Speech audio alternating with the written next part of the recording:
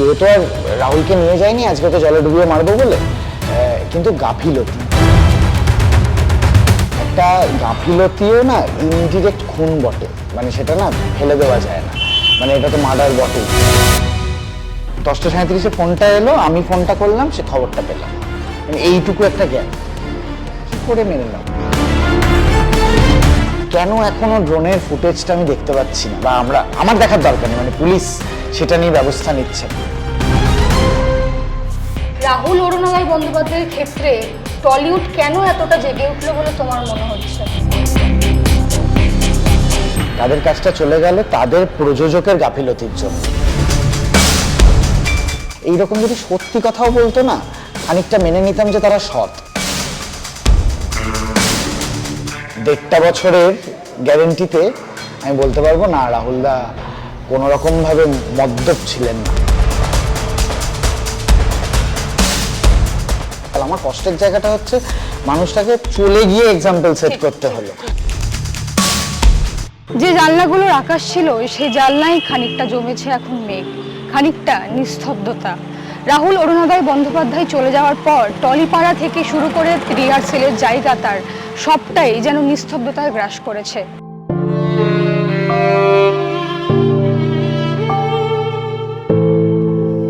আজকে যে বাড়ির সামনে দাঁড়িয়ে আপনাদের সঙ্গে কথা বলছি, এই বাড়িতে যে জানলাগুলোর আকাশ ছিল সেটার রিহার্সেলের জন্যে রাহুল অরুণোদয় বন্দ্যোপাধ্যায় প্রায় আসা যাওয়া করতেন এবং বলা চলে তার অধিক সময় এই বাড়িতেই কাটতেন।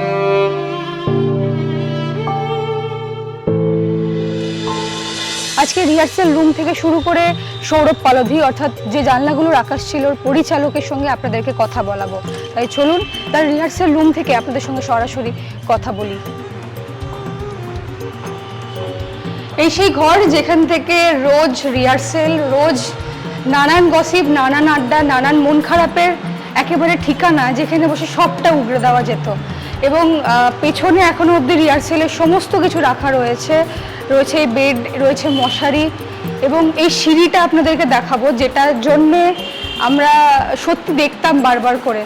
এবং পুরো রিহার্সেলের সমস্ত জিনিসপত্র রাখা রয়েছে এই রুমে। আমরা সৌরভ পালোধিকে ডেকে নেব, সৌরভ পালোধির সঙ্গে আমরা কথা বলবো। সৌরভ পালোধি রয়েছে এই মুহূর্তে আমাদের সঙ্গে। এই ঘর যেখানে বসে আমরা আজকে কথা বলছি এটা রিহার্সেলের জায়গা এবং একটা সময় পায়ের আওয়াজ, চিৎকার, হাততালি, কথার আওয়াজে মানে পুরো জমজমাট থাকতো ঘরটা। এবং বেশ কিছুদিন ধরেই একটা নীরবতা, একটা স্তব্ধতা যেন গ্রাস করেছে। আমি প্রথমে যেটা জানতে চাইবো যে শেষ কবে কথা হয়েছিল রাহুলদার সাথে? 29 তারিখ। এখন আমি মাঝে মধ্যে ইনকামিং কলটা দেখি, সকাল 10:37। তারপরে আমি বাইরে ছিলাম। আমার সঙ্গে রোজই কথা হতো, মানে রোজ মানে কারণ আমাদের এত লাগাতার রিহার্সাল প্রেশার আর শোয়ের প্রেশার থাকতো। 29 তারিখ রবিবার ছিল, তার আগের রবিবার 22 তারিখ আমরা একসঙ্গে দিল্লিতে শো করেছি এই নাটকটা মাহিন্দ্রা এক্সেলেন্সে। তারপর রাহুলদা ফিরে আসে 23 তারিখ, বাকি টিমের অনেকেই ফিরে আসে একসাথে। ওরা আমরা কয়েকজন থেকে যাই ওই অ্যাওয়ার্ড সেরিমনিটা অ্যাটেন্ড করার জন্য। তো আমি 29-এই আমার অন্য জায়গা থেকে আবার ফেরার কথা ছিল, তো সকালবেলা 29 তারিখ কথা হলো। তারপর বিকেলবেলা আর কথা হলো না, বিকেলবেলা থেকে আর কথা হলো না, মানে জাস্ট কিছু ঘন্টা আগে কথা হয়েছে আর কি ছিল প্রথম ফোন করে তোমায় কিভাবে আলাপ করতো, মানে কি ভাই বল, নানান রকম, মানে এতটাই ঘনিষ্ঠতা ছিল, আলাদা করে নাম ধরে ডাকা শোন না, মানে ফোন করে কোনো যা হয় আর কি, মানে যাদের সঙ্গে রোজ কথা হয় খুব একটা ভূমিকা লাগে না। তো শোন না এইটা না, তো ওইটা করে নিতে হবে, তো ওইটা একটু কি প্ল্যান হচ্ছে বল, তাহলে পরের রিহার্সালটা এই দিনটা রাখবি কি, এই দিনটা না রেখে ওইটা করা যায়, কারণ এখন তো পরপর আবার শোয়ের প্রেশার, আমার একটা শ্যুটও চলছে, নানান কথা। কারণ আমি একটা পোস্ট দিয়েছিলাম তার 2 দিন আগে, ওই থিয়েটারের একটি ভারতবর্ষের শ্রেষ্ঠ ফেস্টিভ্যাল হয় Mahindra excellence in theatre awards, যেটা আমরা দিল্লিতে পারফর্ম করতে গেছিলাম। যে আমাদের পশ্চিমবঙ্গের জার্নালিজমকে খানিকটা অপমান করেই আমি লিখেছিলাম যে তাদের এন্টারটেনমেন্ট সেকশন এইটা নিয়ে খবর করে না, ফিল্মের অ্যাওয়ার্ড হলে খবর করে, কিন্তু থিয়েটার যে একটা এন্টারটেনমেন্টের বড় পার্ট এই নিয়ে ভারতবর্ষের শ্রেষ্ঠ ফেস্টিভ্যালের খবর হয় না, কিন্তু পাশাপাশি দেখি অন্য স্টেটের, কারণ এটা তো ভারতবর্ষে 10টা নাটক নিয়ে ফেস্টিভ্যাল হয়, অন্য স্টেটের সব জায়গায় বিশাল কাভারেজ, শুধু পশ্চিমবঙ্গে নেই। ওরাই আমাদেরকে ফোন করে হাসাহাসি করে যে তোমাদের ওখানে কোনো কাভারেজ পাঠালে না, তো এমন কিছু হয়নি তো এখানে। আমরা কেরালারগুলো পাচ্ছি, মহারাষ্ট্রগুলো পাচ্ছি, সব পাচ্ছি। ওটাই আমি একটা পোস্ট করেছিলাম, এবং দুর্ভাগ্যবশত রাহুলদার এখনো ফেসবুকের লাস্ট পোস্ট হচ্ছে আমার পোস্টটা শেয়ার করা, তারপরে আর রাহুলদার কোনো পোস্ট নেই। এবং সেই দিন সকালেও খানিকটা ওটা নিয়েই কথা হলো, আর ব্যাস এইটুকুই শেষ কথা হলো। মানে আমি এখনো প্রসেস করতে পারিনি, আমার এখনো মনে হয় যে ফোন করে বলবে কি রে রিহার্সাল কেমন চলছে, হয়তো কারোর ছিল বাবিন্দা, কারোর ছিল অরুণাদা, আবার কারোর ছিল রাহুল। তোমাদের ক্ষেত্রে তো একেবারে মিলেমিশে একাকার, এবং আমার দাদা এটা বলতেই তোমরা স্বাচ্ছন্দ্য বোধ করতে সব থেকে বেশি। দাদা বন্ধু, মানে আমার থেকে তো খুব বয়সের ডিফারেন্স নয়, কিন্তু আমি তার লেখার ভক্ত কতদিন ধরে, মানে আমি তার অভিনয়ের থেকেও বেশি তার লেখার ভক্ত, কবে থেকে ভক্ত। তো হ্যাঁ, দাদা বন্ধু, খুব ভালো আড্ডার সঙ্গী, সবটাই। তুমি একটু আগে বললে যে এতটা শুটিং এর ব্যস্ততা থাকতো এবং রোজ ফোন করে জিজ্ঞেস করতো শুটিং কিভাবে হচ্ছে, কি করছিস, কালকে কি স্কেডিউল। সেই মানুষটা যখন শুটিংয়ে গেল, এবং সবাই এখন প্রশ্ন তুলছে, যেটা আমরা কিছুদিন ধরে দেখছি, ইনটক্সিকেটেড, বা তিনি নিজের মধ্যে থাকতেন না, বা এই যে বিভিন্ন তাকে একটা তকমা দিয়ে দাগিয়ে দেওয়া হচ্ছে, তিনি তো কোনোদিনও চাইবেন না যে একটা জল যেখানে এরকম কারেন্টের স্রোত, যেখানে এত কিছু ঘটছে, সেখানে এগিয়ে গিয়ে তিনি একটা ড্রোন শট নিতে বলবেন। এবং লীনা গঙ্গোপাধ্যায় ছাড়া আমরা শুনেছি যে তার একটা শব্দ এদিক ওদিক হতো না। এই বিষয়গুলো ভাবাচ্ছে না সৌরভ? হ্যাঁ হ্যাঁ, একদম। মানে এই ইনটক্সিকেটেডটা তো আমি একেবারে সহ্য করতে পারিনি, মানে এই আলোচনাটাই সহ্য করতে পারিনি। মানে রাহুলদার নামে এটা একটু ফ্লোট করিয়ে দেওয়া ইজি হয়, কারণ সে এইরকম একটা ব্যাড ফেস দিয়ে গেছে বলে, এবং এই ব্যাড ফেসটা দিয়ে যেতে যেতে সে নিজে কাটিয়ে উঠেছিল।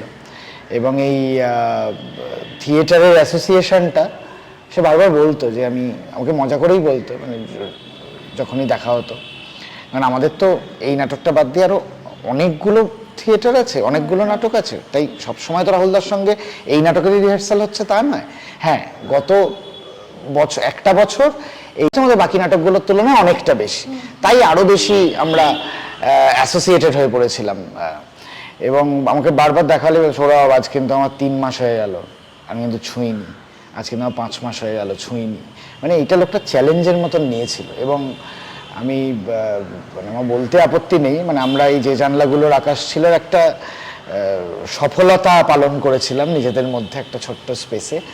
তো সেই দিন পর্যন্ত লোকটা টাচ পর্যন্ত করেনি আর কি, মানে এত আনন্দে ছিল যে এই নাটকটাকে কেন্দ্র করে। তারপরে যখন শুনছি যে এই প্রশ্নটা বারবার ফ্লোট করিয়ে দেওয়া হচ্ছে, এটা তার বাড়ির লোকের জন্য, কাকিমার জন্য স্পেশালি। কাকিমা তো খুব থিয়েটারের মানুষ, কাকুর দৌলাতে। রাহুলদা তো সিনেমার মানুষ অনেক পরে। রাহুলদার বাবার একটা সুন্দর থিয়েটারের দল ছিল এই বিজয়গড়ে, যেখানে বসে আছি তার থেকে। রাহুলদা এখানে ম্যাক্সিমাম দিন রিক্সা করে আসতো আর কি, মানে একদম বাড়ির কাছে তো একটা থিয়েটার দল ছিল। তো আমরা কাকুর নামে আমরা একটা গত বছর থেকে স্মৃতি সম্মানও করতাম আমাদের একটি ফেস্টিভ্যালে। তো এইটা কাকিমার কাছে খুব কষ্টের হবে, কারণ কাকিমা খুব মনে করতো যে আমার ছেলে আবার নতুন করে থিয়েটারে অ্যাসোসিয়েটেড হয়েছে, সে একটা দারুণ কম্পানিয়ানশিপের মধ্যে আছে, দারুণ অ্যাসোসিয়েশনের মধ্যে আছে, একটা সুন্দর পরিবেশ পাচ্ছে। তো এইটা যদি তার মা রোজ শোনে মিডিয়াতে বলা হচ্ছে রাহুল কি ইনটক্সিকেটেড ছিল, রাহুল, এই প্রশ্নটাই আমাকে খুব ডিস্টার্ব করেছে। কারণ আমি একদম লড়ে নিতে পারবো যে এই মুহূর্তে দাঁড়িয়ে আমি চ্যালেঞ্জ করে দিতে পারবো না, ছিল না, আমি তো শুটিংয়ে ছিলাম না, ওই শ্যুটের সঙ্গে আমার কোনো যোগাযোগও নেই। কিন্তু আমি এই 1.5 বছরের গ্যারেন্টিতে আমি বলতে পারবো না, রাহুলদা কোনো রকমভাবে মদ্যপ ছিলেন না। মানে আর তো নেই লোকটা, তো আর লোকটাকে দাগিয়ে দেওয়ার চেষ্টা না করাই বেটার। মানে আর যে প্রশ্ন এবং যে বয়ানগুলো বারবার করে চেঞ্জ হয়ে যাচ্ছে, এবং বলা হচ্ছে যে নিজে রাহুল বলেছিল, মিথ্যে কথা বলেই এতগুলো বয়ান আসছে। মানে যদি সত্যি কথা হতো, মানে সূর্য পূর্ব দিকে ওঠে, এটা আমিও যা বলবো তুইও তাই বলবি, কারণ এটার মধ্যে কোনো মিথ্যে নেই। যদি এবার একটা ঢপবাজি করতে যাই আর তুই আমি প্ল্যান না করে থাকি, তাহলে তুই একরকম বলবি, আমি একরকম বলবো। তাই ওদের মধ্যে কমিউনিকেশন ছিল না, স্ক্রিপ্টটা ভালো হয়নি, মানে এই ঢপবাজির স্ক্রিপ্টটা। তাই এই একটা কথা বলছে, ও একটা কথা বলছে, প্যাক আপ হয়েছে, প্যাক আপ হয়নি, জলের কোনো দৃশ্য ছিল না, না জলের দৃশ্য ছিল, রাহুল বলেছে এগিয়ে যাবে, নানান ভার্সন শুনেছি। তো মিথ্যে কথা, ধামাচাপা দেওয়ার চেষ্টা করা হয়েছে, গাফিলতি।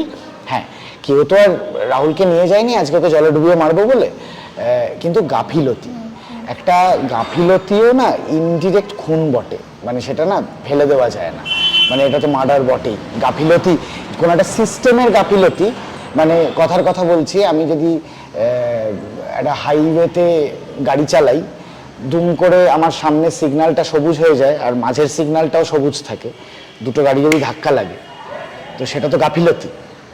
সেই গাফিলতিটা তো ইনস্টিটিউশনাল মার্ডার বটেই, মানে সেটাকে তো আমি বাদ দিতে পারবো না। তো এই গাফিলতিটা আমাদের রাহুলদাকে নিয়ে নিল, সেইটা একটা দুঃখের, কষ্টের। এই বিষয়গুলো যখনই সাজানো হচ্ছে, এক এক করে বয়ান চেঞ্জ হচ্ছে, এক এক করে নানান কথা আসছে, কেউ বলছে তারা একটু থতমত খেয়ে গেছিল, তারা পুরোটা স্ক্রিপ্ট সাজাতে পারেনি জন্যই এগুলো করছে, যেটা তুমি বললে। একজন প্রযোজক কিভাবে হাত গুটিয়ে নিতে পারে যার দ্বারা সবটা পরিচালনা হচ্ছে, এবং যিনি গল্প লিখছেন, যিনি গল্প তৈরি করছেন, তার অনুপস্থিতিতে তো এরকম ঘটনা, এবং তিনি সবটা হাত গুটিয়ে নিলেন সবটা থেকে। মানে একটা সরি বা আমাদের ভুল হয়ে গেছে, আমরা চাইলে সামলে নিতে পারতাম, এটার জন্য আমরা দায় নিতে প্রস্তুত, এরকম কিছু শব্দ এলেও না অনেক কিছু হালকা হয়ে যেত, আজকে এতটা বড় হতো না ঘটনাটা। মানে আমার যদি কোনো ভুল হয়ে থাকে, কথার কথা বলছি, আমার কোনো অ্যাক্টর যদি স্টেজে তার মাথায় একটা বার ভেঙে পড়ে, তো সেটা যেমন একটা হলের দোষ হয়, সেটা তো আমি একজন পরিচালক সেই নাটকের হিসেবে আমি তো দায় এড়াতে পারবো না। আমি যদি ওটাতে ভাববাজি করি যে না ওই বলেছিল বারটা নামাতে, হ্যাঁ এইসব বলতে শুরু করি, তার থেকে যদি বলতাম এটা আমাদের আরেকটু দেখা উচিত ছিল, আমাদের সামলানো উচিত ছিল, এই গাফিলতি যাতে না হয় আমরা একটু একটু একটু প্রোটেক্টিভ হওয়া উচিত ছিল, এইরকম যদি সত্যি কথাও বলতো না, খানিকটা মেনে নিতাম যে তারা সৎ। যখন এতগুলো মিথ্যে কথা আসছে প্রযোজকদের তরফ থেকে, তখন তো অসৎ বলতে আমার দুবার ভাববো না আমি, মানে পাঁচটা, মানে এই যে মিথ্যে কথাগুলো হচ্ছে, এর স্ল্যাশ পরিপ্রেক্ষিতে যে ঘটনাটা আমরা হারিয়ে ফেলছি, যে যা লড়াই ঝগড়া চলছে, মানুষটা আর নেই, মানে ও আজ এখানে কাজ করছে না, কাল অন্য জায়গায় কাজ করবে, হ্যান ত্যান সব সেটেল ডাউন হয়ে যাবে, আমি জানি আগামী কিছুদিনে, কয়েক মাসে, কয়েক বছরে সব সেটেল ডাউন হয়ে যাবে, কিন্তু এই ক্ষতিটা তো আর মানে রেকটিফাই করা যাবে না। মানে সেইটা যদি আমি খুব খুশি হতাম এত সিনিয়র প্রযোজক এনারা যদি একটু দায় নিয়ে নিতেন যে এটা আমাদের ভুল, এইটা আগামী থেকে সংশোধন করার চেষ্টা করব, এর সব দায় আমরা নিতে প্রস্তুত, এই শব্দটা যদি বলতেন, এই বাক্যটা যদি বলতেন, আমিও বোধহয় একটু নরম চোখে দেখতাম বা নরম সুরে ভাবতাম তাদের। কালকের যে ডিসিশন হয়েছে সেখান থেকে আমরা সবাই জানি যে বয়কট করা হয়েছে ম্যাজিক মোমেন্টস সংস্থাকে। সেই ক্ষেত্রে এতগুলো সিরিয়াল, এতগুলো কলাকুশলী কাজ করছে, এতগুলো টেকনিশিয়ানের কাজ একেবারে বন্ধ, এবং সব দিক থেকে প্রশ্ন উঠছে, কেউ বলছে সুইসাইড করবে, কেউ বলছে কালকে কি খাবো তার কোনো ঠিক নেই। তাহলে প্রশ্নগুলো তো তার কাছে করা উচিত যিনি এখন অবধি চুপ করে আছে। একদমই তাই। ক্ষমতার কাছে কি সবাই পরিণত হয়ে যায়? মানে একদমই তাই, মানে মানে এই প্রশ্নটা করতে হবে, এই ঘটনাটা ঘটলো কেন, মানে সত্যিই তো, মানে যে বাকি মানে সবকটা সিরিয়াল, এই ভোলে বাবা পার কারেগা হোক বা ওই চিরসখা হোক, আরও বোধহয় একটা আমি নামটা মনে করতে পারছি না, এই সিরিয়ালে যারা যারা অভিনয় করতেন বা এত টেকনিশিয়ান কাজ করতেন, সত্যি তো তাদের কোনো দোষ নেই, একেবারে দোষ নেই, মানে তাদের কাজটা এমনিই চলে গেল, এবং তাদের কাজটা চলে গেল এই আর্টিস্ট ফোরাম বা ফেডারেশনের এই ডিসিশনের জন্য নয়, কিন্তু তাদের কাজটা চলে গেল তাদের প্রযোজকের গাফিলতির জন্য। কারণ এই প্রযোজকরাও এই ন্যারেটিভ সেট করে দেওয়ার চেষ্টা করবে যে তোমরা এবার প্রসেনজিৎ চ্যাটার্জিদের অ্যাটাক করো, যে ওনাদের বলার জন্য তোমাদের কাজ চলে গেল। না, ওনারা তো সকালবেলা ঘুম থেকে উঠে প্ল্যান করেননি যে আজ কাজ খাবো সবার। মানে এর আগে তো প্রসেনজিৎ চ্যাটার্জিকে আমরা বহুবার দেখেছি যে টেকনিশিয়ানদের পাশে দাঁড়াতে, নানান কাজে পাশে দাঁড়াতে, এবং আমি এটাতেও সহমত যে এই যে বারবার বলা হচ্ছে না টলিউড এক হয়ে গেল, এটাতে ঐক্যবদ্ধ, আমি এটা খুব একটা মানি না, কারণ এখানেও প্রচুর পার্সোনাল এজেন্ডা অনেক মানুষের লুকিয়ে আছে। প্রচুর মানুষ অনেস্টি দিয়ে এই কাজটা করারই চেষ্টা করেছে, আবার প্রচুর মানুষ এটা নিজের ধান্দাবাজিতে ক্রিয়েট করে নেওয়ারও চেষ্টা করবে আগামী দিনে, এটাও আমি বিশ্বাস করি। এবং সেই জায়গায় দাঁড়িয়ে এই ন্যারেটিভটা প্রযোজনা সংস্থা সেট করে দেওয়ার চেষ্টা করবে আর্টিস্টদের এবং টেকনিশিয়ানদের, যে তোমাদের কাজ চলে গেল কারণ এই প্রসেনজিৎ চট্টোপাধ্যায় এবং আর্টিস্ট ফোরামের সব লোকজন মিলে তোমাদের কাজটা খেয়ে নিল। কিন্তু এই লাইনটা তো বলে দিলে এত সহজ হবে না। এই কাজটা তাদের গেল, তাদের কাজ হারাতে হলো, তার জন্য দায়ী এই প্রযোজনা সংস্থা। এই প্রযোজনা সংস্থা যদি এই অসভ্যতামটা, এই মিথ্যে কথা বলার খেলাটা, এই ধামাচাপা দেওয়ার খেলাটা না করতো, যদি আলোচনার টেবিলে বসতে চাইতো প্রথম দিনই, বা যখন ঘটনাটা ঘটলো, যে মুহূর্তে ওখানে সন্ধ্যেবেলা ঘটনাটা বা বিকেলবেলা ঘটনাটা ঘটেছে, প্রযোজনা সংস্থার কর্ণধার যিনি লীনা গঙ্গোপাধ্যায় বা আর যারা যারা আছে, আমি যদি এই প্রযোজনা সংস্থার মালিক হতাম, আমি বোধহয় 3 ঘন্টার মধ্যে ওখানে ফ্লোরে যেতাম, অ্যাটলিস্ট পৌঁছতাম, যে আমার ফ্লোরে এরম একটা ঘটনা ঘটে গেছে, যে আমি ওখানে পৌঁছই, এটা আমাকে দায় নিতে হবে। যদি এটা অনেস্ট অ্যাপ্রোচ হতো না, তাহলে একটা অন্য আলোচনা হতো। এই ব্যান করা, বসিয়ে দেওয়া, তারা কাজ করবে না, আমি জানি না, হয়তো আলোচনাটা অন্য দিকে টার্ন করতে পারতো। কিন্তু তারা কোনো দায় নেয়নি, তারা দায় ঝেড়ে ফেলতে চেয়েছে। তো তাদের কাজ বন্ধ হবে, এবং তাদের কলাকুশলীরা যেটা ফেস করছে, আমি চাইবো তারা সবাই খুব গুণী শিল্পী, গুণী টেকনিশিয়ান আমাদের এখানকার, তারা নিশ্চয়ই, এখানে প্রচুর কাজ হয়, প্রচুর টেলিভিশন সিরিয়াল হয়, কারণ এইগুলো তো একটা ব্ল্যাঙ্ক স্পেস তৈরি হলো চ্যানেলগুলোতেও, ওই টাইম স্লটগুলোতে, সেখানে তো নতুন সিরিয়াল ঢুকবে। আমি আশা করব যারা নতুন সিরিয়াল, যে প্রযোজকরা করবেন, তারা এক্সিস্টিং যে টেকনিশিয়ানরা কাজ করছিলেন তাদেরকে নিশ্চয়ই সেইখানে পুট করার চেষ্টা করবেন, যাতে তাদের একটা রেগুলার কাজের ক্ষতি না হয়, বা আর্টিস্টদেরও পুট করার চেষ্টা করবেন যারা রেগুলার, যারা কোনো দোষ না করে যাদের কাজ চলে গেল। নিশ্চয়ই এটাও আর্টিস্ট ফোরাম বা ফেডারেশন গিল্ডরা নিশ্চয়ই ভাববে যে নতুন যে সিরিয়ালগুলো শুরু হবে সেইখানে যাতে এই মানুষগুলোকে প্লান্ট করা হয়। মানে আমরা পলিটিক্যালি খুব জিনিসগুলো যখন দেখেছি ছোটবেলা থেকে, একটা রাস্তা বড় করার জন্য যখন 10টা দোকানকে ভেঙে দিতে হয়, তখন দেখেছি সেই দোকানগুলোকে পুনর্বাসন দেওয়া হয়, একটা স্ট্রাকচার তৈরি করে দেওয়া হয় যে তোমরা এখন থেকে এই দোকানে বসবে। এটা তো খুব পলিটিক্যাল, ওই জন্যই যে কোনো জিনিস খুব পলিটিক্যাল মুভমেন্ট প্রয়োজন হয় বলেই আমি বিশ্বাস করি। এটা তো খুব সমবেত একটা ডিসিশনে ঘটেছে। আমার ধারণা এই রাজনীতি মানে শব্দটা খারাপ ভাবে নেয় লোকে, আমি সেটা বলছি না, এই সুরাজনীতিটা বোধহয় সবাই সিনিয়ররা প্ল্যান্ট করার চেষ্টা করবেন হয়তো, যে যারা যারা কাজ হারালেন, যে কলা কুশলীরা, আর্টিস্টরা, টেকনিশিয়ানরা, সবাই, তারা যাতে এই যে টাইম স্লটগুলোতে নতুন সিরিয়ালগুলো আসবে সেখানে যেন তাদেরকে প্ল্যান্ট করা হয়, কারণ তাদের কোনো দোষ ছিল না। আর একটা প্রশ্ন আসছে যে টলিউড থেকে তিনি তো বোম্বে তো অনেক ধারাবাহিক করেন, সেইগুলো কি বন্ধ করে দেওয়া হবে, নাকি সেগুলো চলবে, শুধু টলিউডটাই স্তব্ধ রাখা হবে? সেইটা তো এখন আমি জানি না, মানে অর্ডারে কি এসেছে বা সেইটা পালন হচ্ছে কিনা আমার কাছে খুব একটা সঠিক তথ্য নেই। তবে তাদের প্রযোজনা যদি ন্যাশনালিও তো হয় শুনেছি অন্যান্য চ্যানেলে, তো আমি তো ব্যক্তিগতভাবে মনে করবো যে না, তাদের কোনো প্রযোজনাই ভারতবর্ষ, কারণ রাহুল অরুণোদয় ব্যানার্জি তো পশ্চিমবঙ্গে অভিনয় করতেন বলে পশ্চিমবঙ্গের অ্যাক্টর না, ভারতবর্ষের একজন অ্যাক্টর। তো এটা তো ভারতবর্ষের নিরিখে, কারণ আমাদের এখানে শুধু খবর হয়েছে তা নয়, আমার প্রচুর বন্ধুরা যারা কেরালার নিউজে কাজ করেন, তাই আমি ভাষা বুঝি না বলে পড়তে পারিনি, আমার কাছে এখনো লিঙ্কগুলো আছে, সব মালায়ালাম নিউজ ভরে গেছে, নানান নিউজে এই রাহুলদার খবর বেরিয়েছে।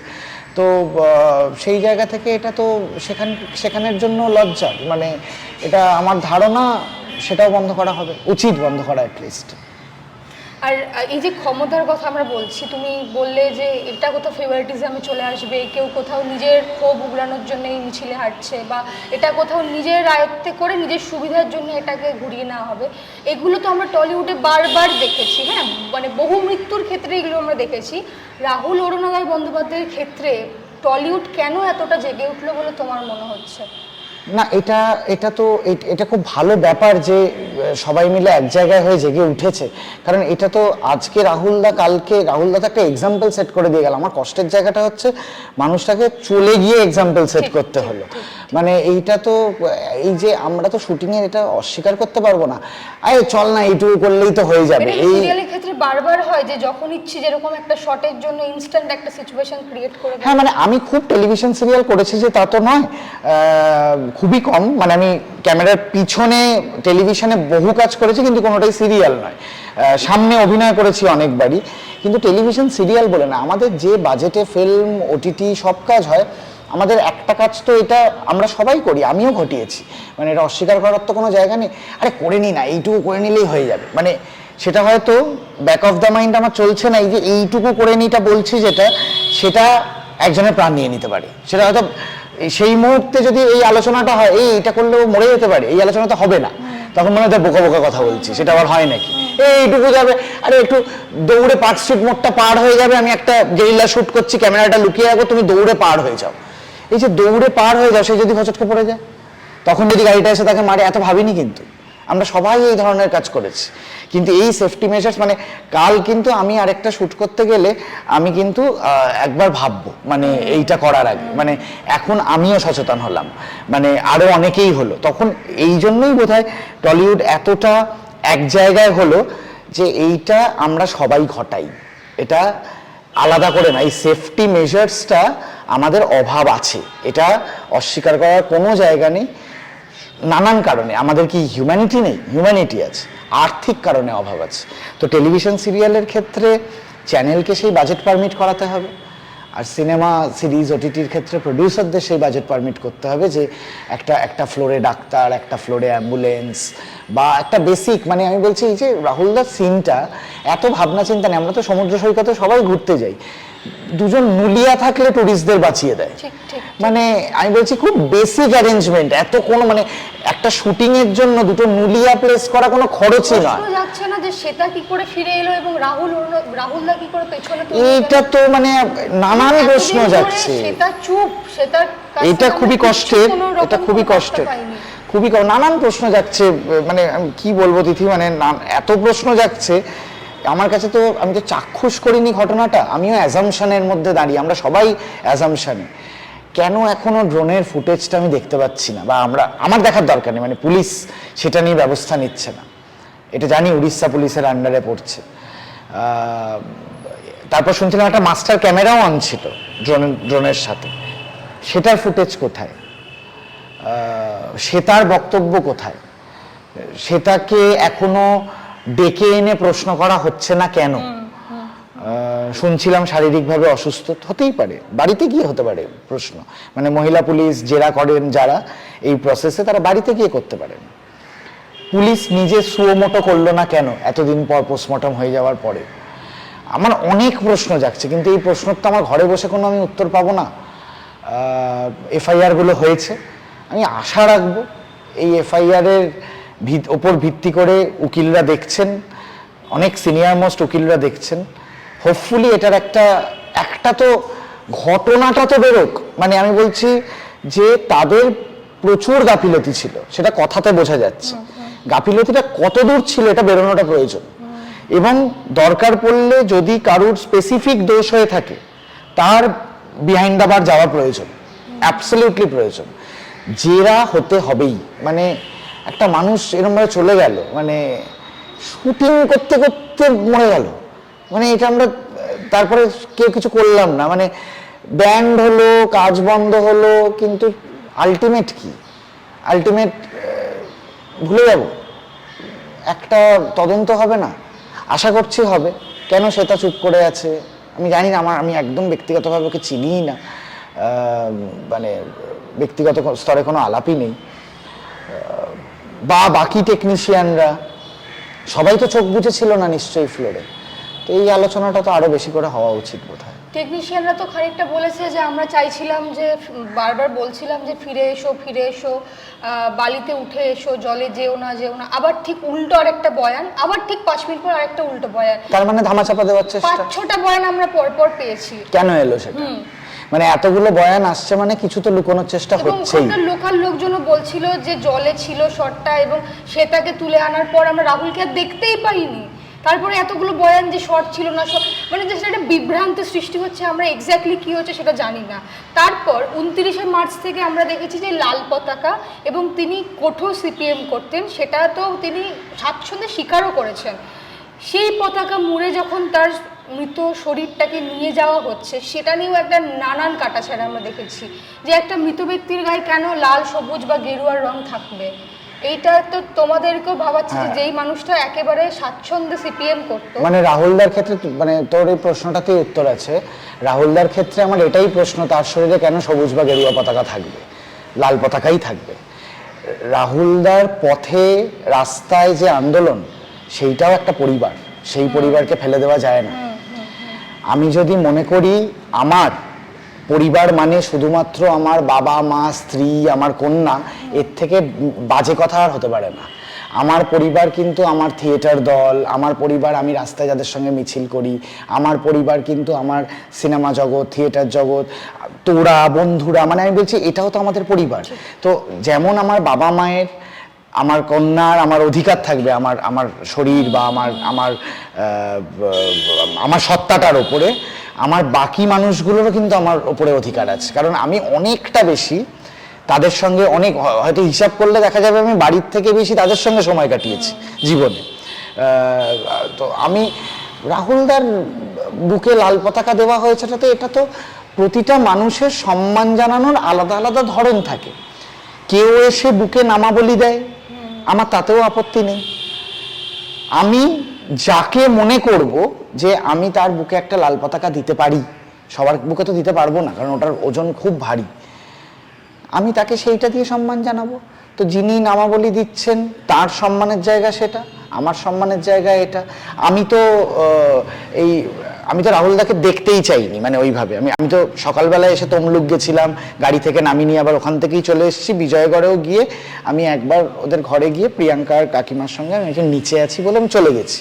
আবার শ্মশানে গিয়ে আমি দূরে গেটের কাছটায় গিয়ে দাঁড়িয়েছিলাম, আমার দলের সবাই ছিল, আমি দেখতেই চাইনি ওইভাবে। আমি তো রাহুলদাকে ওই মানে ওই রকমভাবে একটা গাড়ির মধ্যে শুয়ে আছে, আমি তো এরকম করে প্রণাম করব না। আমি তো রাহুলদাকে দেখলে আমার হাত মুষ্টিবদ্ধ হবে, আমি রেড স্যালিউট করব। কারণ আমার পথের কমরেড রাহুলদা।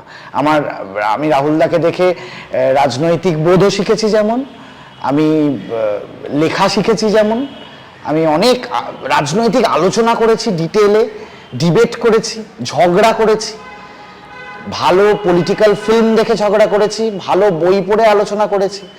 তো রাহুলদা তো আমার কমরেড, রাহুলদা তো আমার পথের সাথী, আমি তো প্রণাম করতে পারবো না রাহুলদাকে। রাহুলদা মনে হয় নিজেও জানতো না যে এত লোক তার জন্য রাস্তায় দাঁড়িয়ে যাবে, এবং পশ্চিমবঙ্গের কোনা কোনা থেকে একটাই কথা উঠছে, কিভাবে সম্ভব যে এই মানুষটা সুস্থভাবে শর্ট দিল, শুটিং করলো, এবং তার কলাকুশলীরাই বলছে যে সকাল 10:37 ফোনে গল্প হলো, বিকেলবেলা থেকে আর কথা হয় না। তারপরে আমি যখন কানাঘুষো শুনলাম, আমি প্রথম ফোনটা আমি শুনছি যে রাহুলদার একটা কোনো অ্যাক্সিডেন্ট হয়েছে, আমি কিচ্ছু শুনিনি তখন। শান্তিদা আমায় ফোন করেছিল, তুই জানিস সেটা কোনো অ্যাক্সিডেন্ট? না, আমি তো ফিরছি, আমার রাতের ট্রেন, কি অ্যাক্সিডেন্ট হয়েছে দেখছি, তার খোঁজ নিচ্ছি বলে আমি রাহুলদাকেই ফোন করেছি, কলটা রাহুলদাকেই করেছি। অ্যাক্সিডেন্ট মানে ঠিক আছে, কেউ একটা অন্য কেউ ধরবে ফোন, হতে পারে না আমার পাটা ভেঙে গেছে শুটিং করতে গিয়ে বা কিছু করতে গিয়ে পড়ে গেছি, তো আমার আশপাশে যারা আমাকে ভর্তি করেছে কেউ একটা ফোন তুলে বলবে, তো আমি রাহুলদাকেই ফোন করেছি, আমি তো ভাবিনি। রাহুলদা, বাবলুদা ছিল যে রাহুলদার সারথি, প্রেজেন্ট ছিল, ফোন ধরে বলছে সৌরভ দা বলে হাওয়া করে কাঁদছে।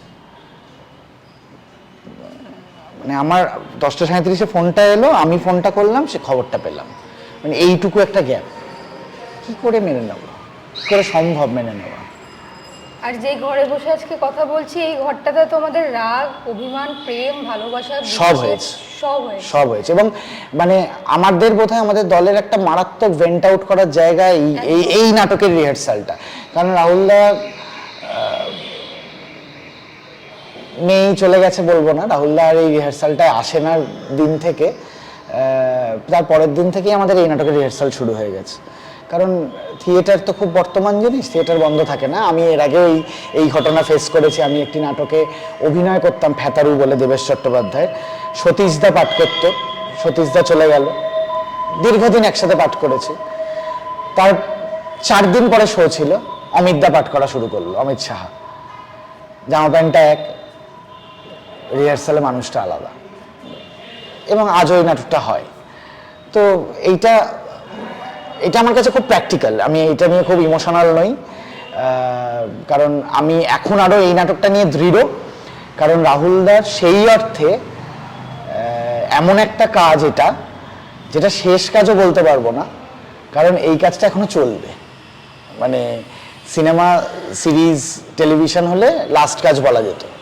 রাহুলদার লেখাটা, এই নাটকটা, গল্প, যে 2টো গল্প থেকে নেওয়া, সেই লেখাটা এখনো বর্তমান। আমরা শো করে চলবো, রাহুলদার জায়গায় এখন অন্য একজন পাঠ করছে, এই হচ্ছে ডিফারেন্স।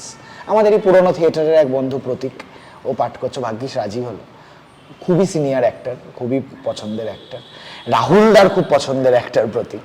ওরা একসঙ্গে কোন একটা সিরিজেও পাঠ করেছে বোধহয়। তো এখন প্রতীক পাঠ করছে, দ্যাটস ইট। মানে এবং নাটকটা চলবে আগামীতে। কথাটা শেষ করব আজকের। তবে যেইখানে বসে কথাগুলো বলছি, এই জায়গার ক্লিপগুলো আমরা ফেসবুকে দেখেছিলাম, প্রচন্ড রকম ভাবে ভাইরাল। এই তো চাদর, এটাই আমাদের সেটটা। এখানে রাহুলদা পাঠ করেছে, অবসরে এই চাদরের উপরেই ঘুমিয়েছে, সবটা মানে সবটা ইউজ করেছে। রাত তো কাটাতে, হ্যাঁ, মানে এমনি পার্সোনালি গল্প করেছি, রিহার্সাল রাতে হতো না, এমনি পার্সোনালি গল্প করেছি। এবং এতটা সময় একটা রিহার্সাল, মানে থিয়েটারটা তো ফিল্ম বা টেলিভিশনের মতন নয়, মানে দীর্ঘ ওঠা বসা থাকে, দীর্ঘ সময় জুড়ে নাটকটা নিয়ে আলোচনা, কথা, লেখার দিন থেকে মিটিং, হ্যান ত্যান, প্রচুর প্রচুর। তো এটা পুরোটা মানে সবটা রাহুলদার টাচ আছে প্রতিটা জিনিসে। মানে এই নাটকটা খুব আমাদের রয়ে গেল আর কি, যে এই নাটকটা বাঁচিয়ে রাখা এখন কর্তব্যের মধ্যে পড়ে, যে এটা শো যেন কোনোদিন বন্ধ না করে দিতে হয়। থিয়েটার নিজেরা ইচ্ছা না করলে থিয়েটার বন্ধ করার কোনো প্রয়োজন মানে করবো না কোনোদিন। এখন তো এই নাটকটা বন্ধ না করার একটা কারণ রাহুলদা দিয়ে চলে গেল, যে এইটা চালিয়ে যা। মানে আমরা তো নিজেরা আলোচনা করছিলাম, মানে ঘটনাটা আমার সঙ্গেও ঘটতে পারতো অন্য কোনো জায়গায়, তাহলেও রাহুলদা বোধহয় বাকি টিমকে বলতো, দেখ এইটা সৌরভের লাস্ট ডিরেক্ট করা কাজ, এটা কিন্তু আমরা বন্ধ করবো না। মানে এইটাই তো আমাদের কমরেডশিপ, এইটাই তো হওয়া উচিত। মানে আমি রাহুলদাকে, মানে আমরা এখানে যেমন রক্তদান শিবির করলাম, এইখানেই করেছি, যেহেতু এটা আমাদের রিহার্সাল রুম, এখানেই করেছি। এখানে প্রতি বছর আমরা রক্তদান শিবির করি। ঠিক আগের বছরই রক্তদান শিবিরে রাহুলদা এসে বক্তব্য রেখেছে, সঙ্গে ছিল। এবছর রাহুলদার স্মৃতির জন্য নাকি আমরা রক্তদান শিবির করলাম, জাস্ট একটা বছরের গ্যাপ। আমরা রাহুলদার কোনো ছবি বানাইনি, ছবিতে মালা দেওয়া, ফুল দেওয়া এসব করিনি, আমি ভাবতেই চাই না। রাহুলদার একটা কবিতার লাইন আমরা বাঁধিয়ে রেখেছিলাম, ব্যাস ওইটা বাঁধিয়ে রেখে দিয়েছিলাম। মানুষটা মনে মনে তো একেবারে বেঁচে আছে, এবং প্রত্যেক দিনের জীবনযাপনে এত সুন্দরভাবে একটা পথ দেখাতো, তার লেখাই সেটা বলে দিত। মানে আমি তো রিকোয়েস্ট করবো মানুষজনকে, এটা যারা শুনবে, যে রাহুলদা লিখতো ভালো এই আলোচনা।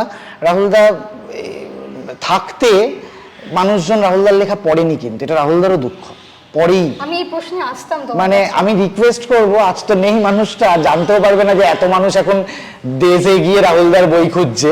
হ্যাঁ, মানে তাই পড়ুন একটু। মানে রাহুলদা ভালো লিখতো বলার আগে কি লিখতোটাও পড়াটা খুব প্রয়োজন। মানে কতটা বেড়ে ওঠার কথা লিখে গেছে, কত ভালো লেখক। রাহুলদা কুইজ করতো, রাহুলদার জ্ঞান মানে অপরিসীম একটা জ্ঞান। আমরা দাদাগিরি করতাম যখন, আমি ক্যামেরার পেছনে কাজ করতাম, মজা করে বলতাম যে রাহুলদা এলে তো কঠিন প্রশ্ন দিতে হবে, না রাহুলদাকে তো বিট করা যাবে না। প্রতিবাদ জিতে ফিরতো, এবং প্রশ্ন দিলে অপশন নিত না, সেটার আবার ব্যাক স্টোরি বলে দিত। বহুবার দেখেছি মানে রাহুলদা, সিধুদা, মানে এদের কম্পিটিশনটা হচ্ছে কুইজে।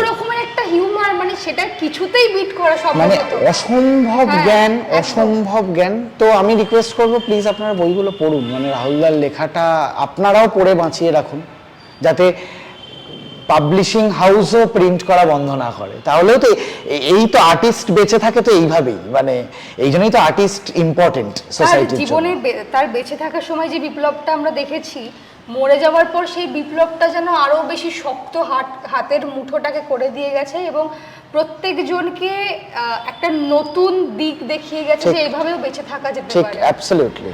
কোনোদিন আপোষ করেনি, কোনো একদম, রাজনীতির সাথে একদম। কোনোদিন আপোষ করেনি। স্বাচ্ছন্দ্যে বলেছে, যখন শাসক দল গ্রাস করেছে পুরো ভারতবর্ষকে, তখন এসে বলছে যে না আমি সিপিএম করি। Absolutely. এবং আমি অন্য রাজনৈতিক ব্যক্তির সঙ্গে সাক্ষাৎকারে বলছে যে আপনার সঙ্গে হয়তো ব্যক্তিগত মত আমার মিলবে না, কিন্তু ইন্টারভিউ করার সময় আমি সাংবাদিক, আপনি ঠিক আমার ঠিক guest। ঠিক ঠিক, এতটা স্বাচ্ছন্দ্যে কথা বলা মনে হয় সত্যি সম্ভব না যদি না ওই বুকে সাহসটা থাকতো। একদম। আর আজকে কথা এখানে শেষ করব। প্রিয়াঙ্কার সঙ্গে শেষ কথা হয়েছে তোমার? আমি কাকিমার কাছেও যেতে পারিনি। আমি এখনো আমাদের দলের একটু আগেই মানে রিহার্সালেই প্ল্যান করছিলাম। কাকিমা আমাদের মানে প্রিয়াঙ্কার সঙ্গে আমার খুব ঘনিষ্ঠতা আছে যে তা তো নয়, মানে খুবই কম কথা হয়েছে আগেও আর কি। তো আমি ডিস্টার্ব করতেই চাই না কাউকে, মানে আমি কাকিমাকে কিভাবে সামনে গিয়ে কি কি বলতে হয় আমি জানি না। মানে আমি দলের আমাদের বিমলদা, তরুণা, বুদ্ধ, কৃষ্ণেন্দু, ওদের সবাইকে বলছিলাম যে তোরা গেলে আমি একটু পিছন পিছন যাবো আর কি, মানে আমার ক্ষমতা নেই, কি কথা বলবো গিয়ে। এই তো কাকিমার সঙ্গে কথা হলো কত, আমার এক্ষুনি যাবো তো বটেই, কাকিমার সঙ্গে কথা বলতে যাবো, এই আর কি। আজকের কথা এখানে শেষ করব। ভালো থাকুন, ভালো রাখুন এবং নিজেকে সুস্থ রাখুন। চোখ থাকবে শুধুমাত্র সিটি সিনেমাতে। টলিউডের latest update, gossip and entertainment পেতে সাবস্ক্রাইব করুন শুধুমাত্র সিটি সিনেমা, আর ফলো করুন সিটি সিনেমার Instagram, Facebook, Twitter and ShareChat page.